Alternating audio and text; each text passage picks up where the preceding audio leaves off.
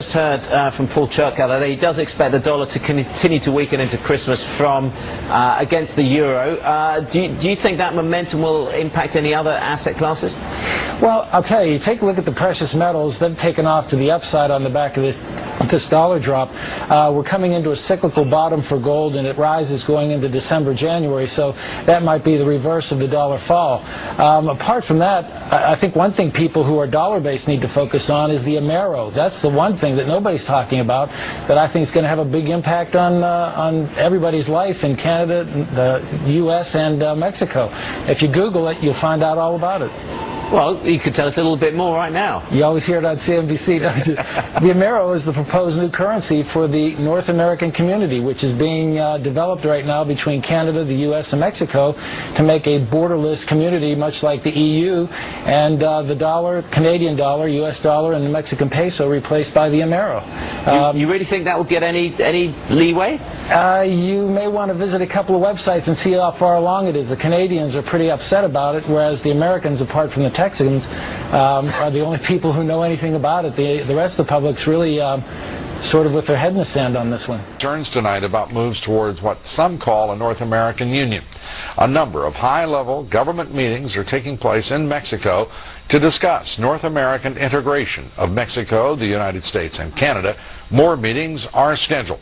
It is an aggressive agenda proposed at the highest levels of our government and U.S. commerce without congressional or voter oversight. Lisa Sylvester reports. A caravan of cars travels along the Arizona desert. Homeland Security Secretary Michael Chertoff was visiting the U.S.-Mexican border. Last week, he was in Mexico City.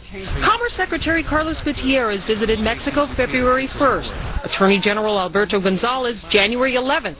And President Bush himself will travel there next month. The high-level meetings are to advance North American integration, also known as the Security Prosperity Partnership. There are several ways it could go. One is modeled after the EU. One is modeled after sort of an economic community. It's beyond the scope of just a free trade zone, which we fairly well have already with those two countries. This partnership is being driven by the U.S. business community, which envisions ships from China docking in Mexico instead of California. Mexican truck drivers transporting cargo on a NAFTA superhighway all the way to Canada. A cornerstone of this model is a guest worker immigration program that relaxes U.S. borders. Critics say the plan would greatly benefit Mexico, but could mean the loss of American jobs and an increase in social costs to U.S. taxpayers. The reality is that last year they came close to passing a bill which would have allowed close to 100 million immigrants into the country, most of them low-skilled, over the next 20 years. That will, in fact, bankrupt the United States. Those concerned with integrating the economies point to the disparities. The U.S. GDP per capita is $43,500. Canada, $35,200. Mexico, only $10,600.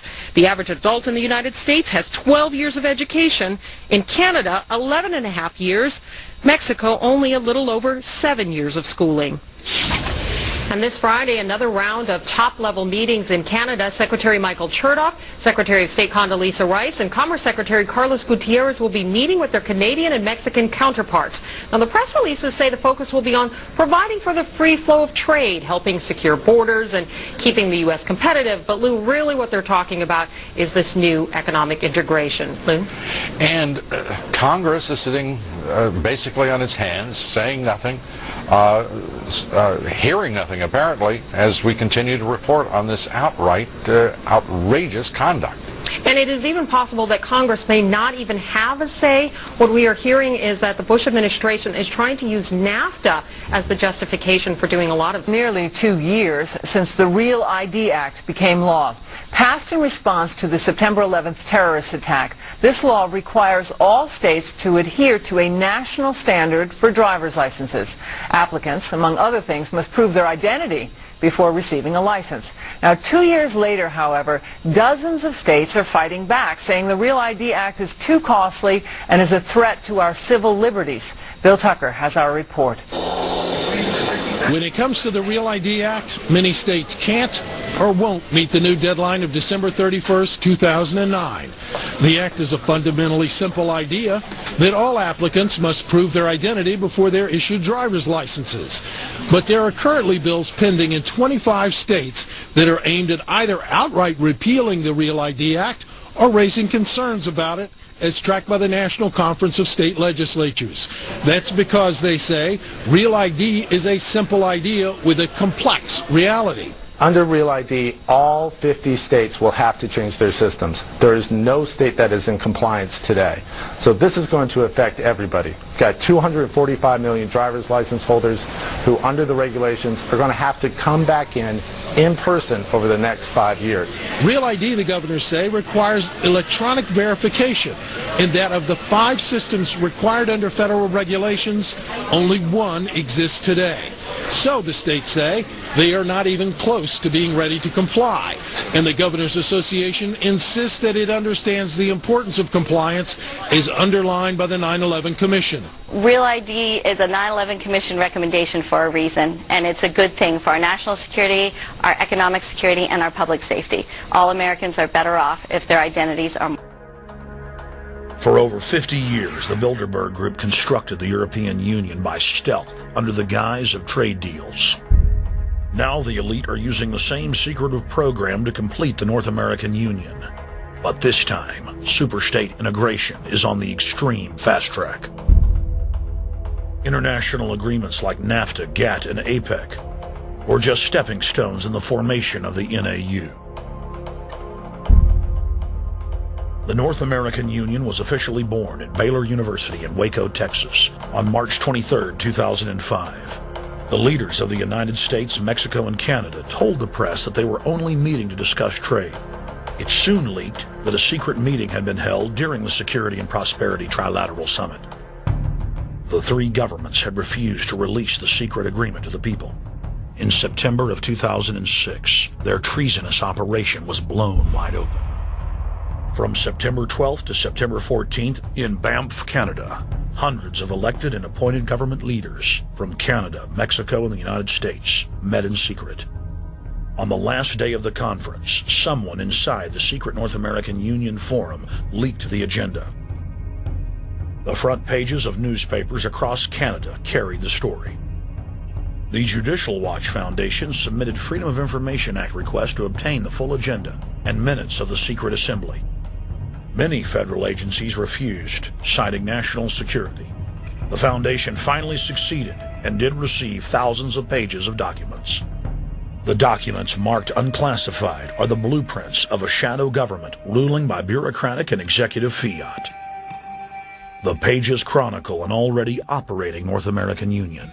Transportation, law enforcement, agriculture, regulation, banking, manufacturing, construction, education, immigration, and even the military are being merged with no input from the people or their elected representatives in Congress and Parliament. One of the first items on their agenda was to stress how important it was that their plan, quote, be carried out by stealth. The controllers also talked about exploiting the public's fears of climate change to push a continent-wide tax to fund the new government. Globalist tool Robert Pastor is incessantly paraded on the world stage as the man behind the North American merger. When he testified before Congress, he pushed the idea of a continental security perimeter that erases national boundaries and merges the security apparatus.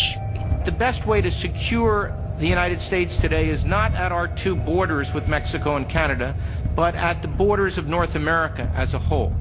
In fact, the North American Command, based in Colorado Springs, Colorado, was clearly running the meeting in Canada.